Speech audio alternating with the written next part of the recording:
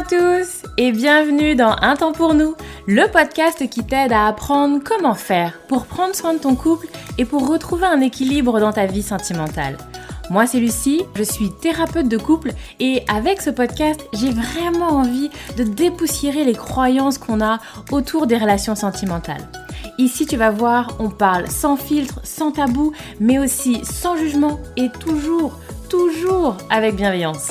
Donc, retrouve-moi sur ce podcast toutes les semaines si c'est compliqué dans ton couple ou si ça va, mais que tu as envie de l'entretenir et de le booster un peu.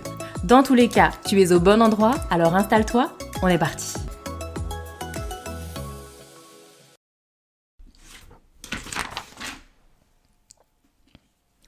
Bonjour à tous, j'espère que vous allez bien. Je suis très contente de vous retrouver aujourd'hui, de vous retrouver pour un nouvel épisode du podcast. Et nous sommes au numéro 11. Épisode 11, on parle communication dans le couple et erreurs de communication.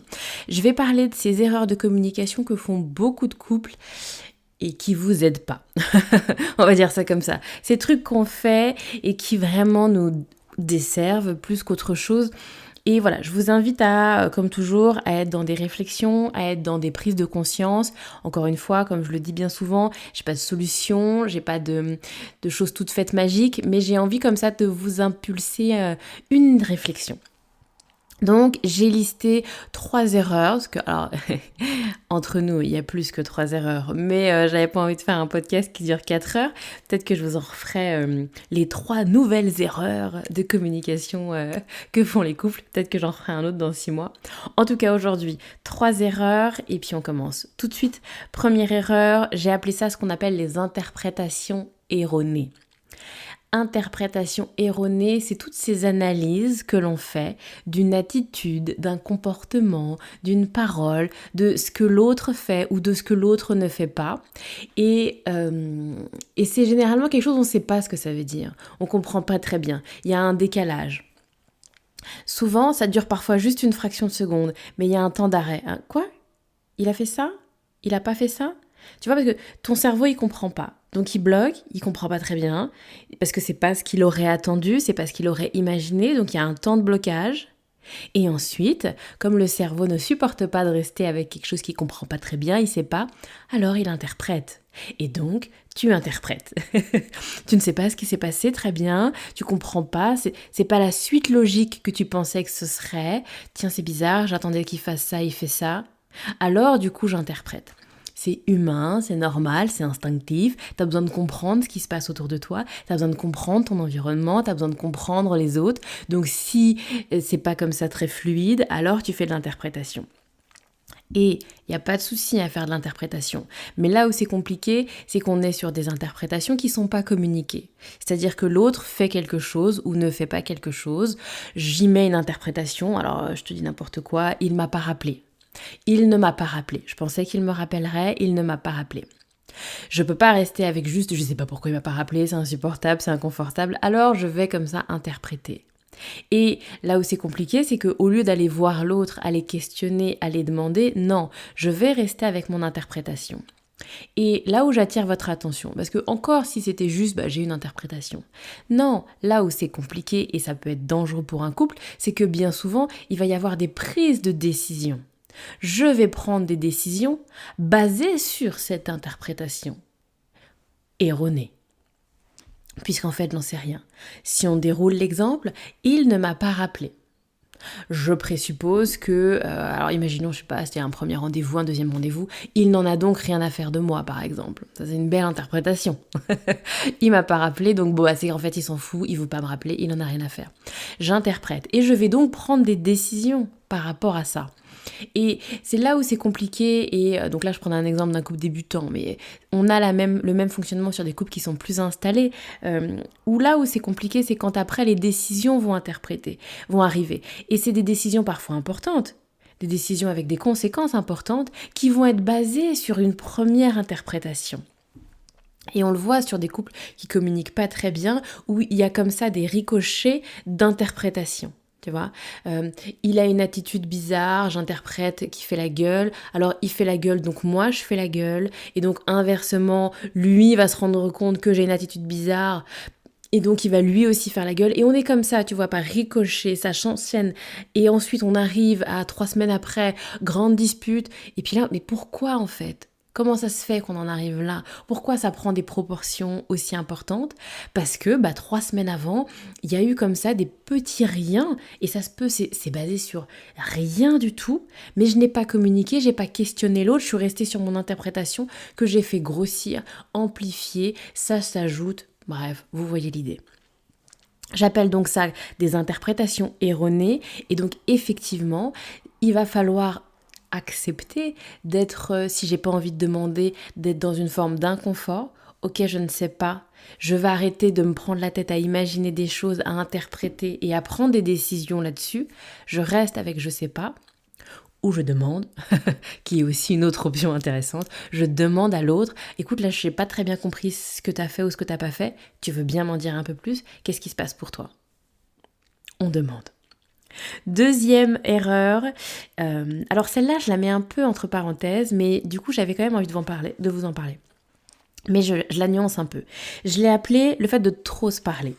Et du coup, c'est contradictoire. Pour un couple, effectivement, on dit il faut communiquer, il faut communiquer, il faut que vous parliez, etc. C'est vraiment ce qu'on entend. Et j'ai envie de mettre un bémol là-dessus. J'ai envie que vous prêtiez attention à cette idée du trop parler.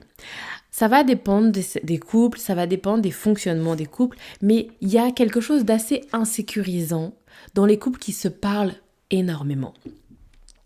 Donc j'imagine que tu le sais, ton cerveau fonctionne à 1000 à l'heure, ton cerveau a des pensées, des dizaines de milliers de pensées tous les jours, et donc si tu communiques à l'autre la moindre de tes pensées, tu peux créer quelque chose de confus et d'insécurisant. Je te dis n'importe quoi, tu peux parfois penser à une séparation, tu peux parfois penser à questionner tes sentiments amoureux. Est-ce que vraiment il y a quelque chose ou pas? Tu vois, tu peux avoir comme ça des questionnements, des pensées qui vont et qui viennent, qui ne reposent pas forcément sur quelque chose que tu penses de manière profonde, mais qui sont ce qui se passe ce qu'il te passe par la tête. Et si tu communiques... dis donc, c'est une petite journée, Lucie. Et si tu communiques à l'autre tout ce qui te passe par la tête, je vais y arriver, alors du coup l'autre en face, il a quelque chose de relativement confus et d'insécurisant. Donc vraiment, j'invite à ce que vous soyez attentifs à ça. Quand vous avez comme ça envie de raconter à l'autre ce qui vous passe par la tête, est-ce que c'est une pensée qui est là et qui revient? Est-ce que j'avais déjà cette pensée-là il y a quelques jours? Est-ce que j'avais déjà cette pensée-là il y a quelques semaines? Est-ce que c'est quelque chose qui est ponctuel? Et si je communique là-dessus à l'autre, c'est dans quelle idée? Est-ce que c'est juste parce que j'ai envie de te partager ce qui me passe par la tête? Est-ce que j'ai envie de te blesser? Parce qu'on arrive aussi sur des fonctionnements comme ça. Ou je vais venir comme ça te raconter ce qui me passe par la tête parce que j'ai envie de te faire du mal, parce que j'ai envie d'être désagréable avec toi. Parce que, alors bien souvent c'est une réponse, hein. J'ai l'impression que tu as été... désagréable avec moi, j'ai l'impression que tu m'as fait du mal, alors je m'amuse, alors je te renvoie ces choses désagréables que j'ai dans la tête parce que je me dis que peut-être ça va te faire du mal. Et on est comme ça sur des fonctionnements qui sont un peu toxiques où on cherche à créer de l'insécurité et de l'inconfort chez l'autre.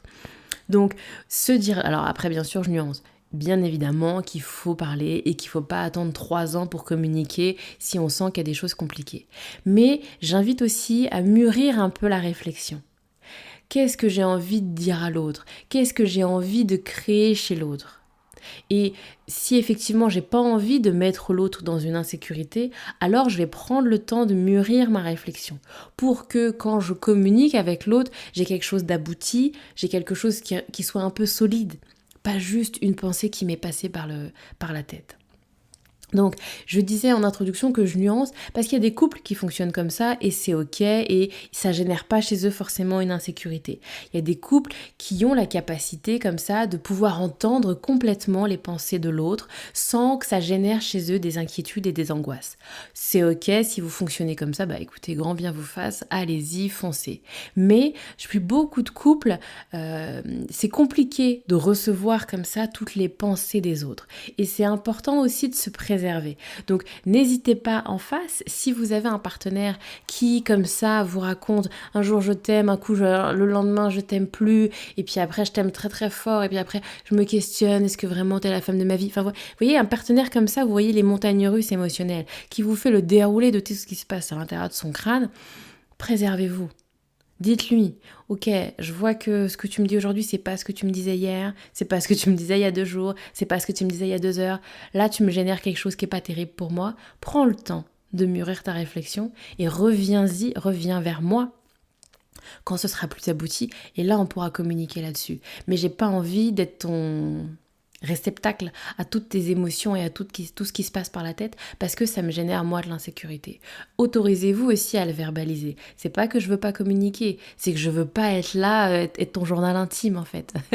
Et j'ai pas envie comme ça d'avoir le déroulé de ce qui se passe à l'intérieur de toi. Ça, effectivement, ça peut être sur un journal ou à un ami ou à une psychologue par exemple, ou à des choses comme ça. Préservez-vous en tout cas de ces choses-là, parce que ça peut générer chez vous de l'insécurité et ça peut s'entendre. Donc ça, c'était ma deuxième erreur. Et enfin, pour terminer, mon 3e point, j'ai mis croire que l'on sait mieux que l'autre ce qui est bon pour lui. Et là, j'ai l'impression qu'on le fait tous un peu.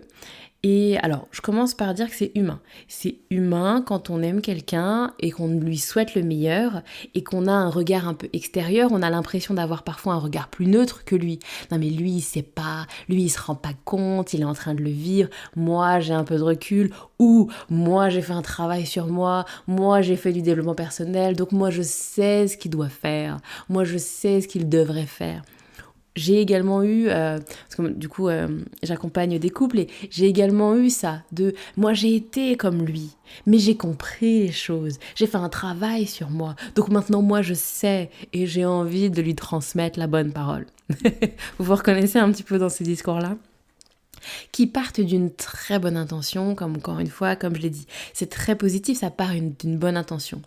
Mais j'attire votre attention.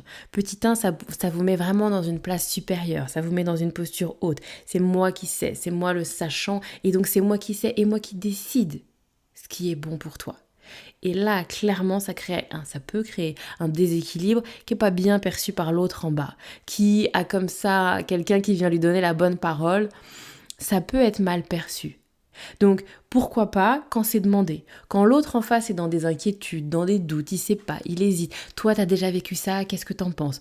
Là, il n'y a pas de souci, laissez libre cours à cette position haute de sachant, de je t'explique la vie. Il n'y a pas de souci si c'est quelque chose qui vous est demandé par votre partenaire.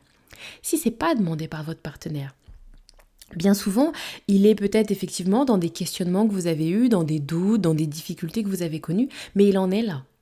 Et si vous arrivez avec votre posture et vous lui apprenez la vie, peut-être que vous arrivez trop tôt, peut-être qu'il n'a pas envie que ça vienne de vous, peut-être que c'est pas maintenant pour lui.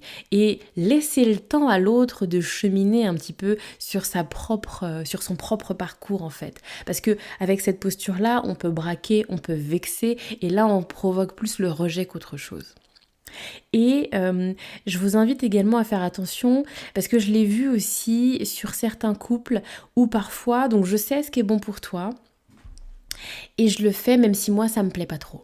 Et ça va être je vais prendre des habitudes, je vais fonctionner d'une manière qui moi me convient pas, mais je sais que c'est ça que tu veux, je sais que c'est ça que tu as besoin. Sans être dans la communication avec l'autre. Et arrive à un certain temps où il y a de la rancœur. Non mais avec tout ce que j'ai fait pour lui, alors que j'avais pas forcément envie, moi j'ai fait tout ça pour lui, et voilà comment il me remercie, voilà ce qu'il met en place. Et là en face, mais je t'ai rien demandé. Mais à quel moment t'as cru que c'était ça que je voulais ? Mais si je te connais, je sais que c'est ça que tu veux. Non, est-ce que tu me l'as demandé ? Est-ce que je te l'ai exprimé ? Et là, on est sur de la dispute, et là, on est sur du conflit qui va vraiment parfois s'enraciner sur des choses profondes. Parce que il y a des couples qui pendant des années vont fonctionner comme ça, où je vais croire que c'est ça que tu veux, je vais croire que c'est ça que tu attends de moi. Ça m'embête un peu, mais je le fais pour toi. Donc il y a vraiment cette idée de sacrifice. Je le fais pour toi parce que je sais que c'est ça que t'aimerais que je sois, c'est ça que tu attends de moi. Mais rien n'est verbalisé. Et l'autre en face qui va vous dire au bout de X années « mais je t'ai rien demandé ». Pourquoi tu l'as fait? C'est pas moi qui l'ai demandé, c'est toi qui l'as voulu. Moi, je t'ai rien demandé. Et là, il y a de la rancœur des deux côtés, et là, c'est compliqué. Donc vraiment, j'attire votre attention sur cette vigilance. L'autre est un autre à part entière, et croire que vous savez ce qui est mieux pour lui, ça peut générer vraiment des difficultés dans votre relation par la suite. Donc, on communique, on verbalise, on questionne.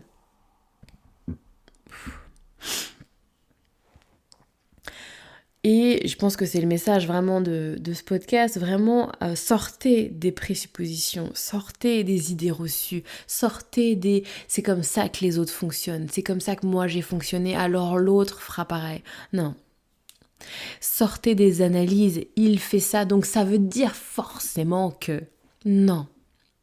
Si on reprend l'exemple du début, il n'a pas appelé, donc ça veut forcément dire que... Non. Non, ça veut rien dire du tout. Donc je m'arrête là pour l'épisode du jour, j'espère qu'il vous a plu, j'espère que ça vous amène de la réflexion, des questionnements, comme toujours c'est ce que je cherche à créer chez vous. Et si vous avez envie d'aller plus loin, si ces histoires de communication, de la manière dont on se parle et dont on ne se parle pas vous intéressent, j'ai créé un challenge gratuit, les 5 clés pour améliorer la communication dans son couple. Je vous mettrai le lien de ce challenge en barre d'infos de l'épisode de ce podcast pour que vous puissiez aller plus loin. Donc voilà, c'est un challenge avec des vidéos et également des exercices écrits pour que vous puissiez commencer à bosser un peu sur vous, votre couple et la communication de votre couple.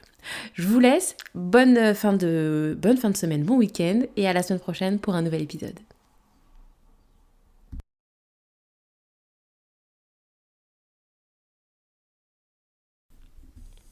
Merci à toi d'avoir écouté cet épisode de podcast. S'il t'a plu, s'il a résonné chez toi, je veux bien que tu m'en parles et que tu mettes un commentaire ou les 5 étoiles. Ça va aider à le faire connaître et je suis aussi très curieuse d'avoir ton retour, d'avoir ton ressenti. Si tu as envie de parler de ton couple en toute discrétion, alors rejoins-moi sur mon groupe Facebook privé. Tu as juste à taper Un temps pour nous. Et enfin, si tu sens que c'est le moment pour toi ou pour ton couple de passer à l'étape d'après et de se lancer dans un accompagnement, alors tu vas trouver dans les notes du podcast un lien pour me contacter directement. Encore merci pour ton écoute et à la semaine prochaine. Prends soin de toi, prends soin de ton couple.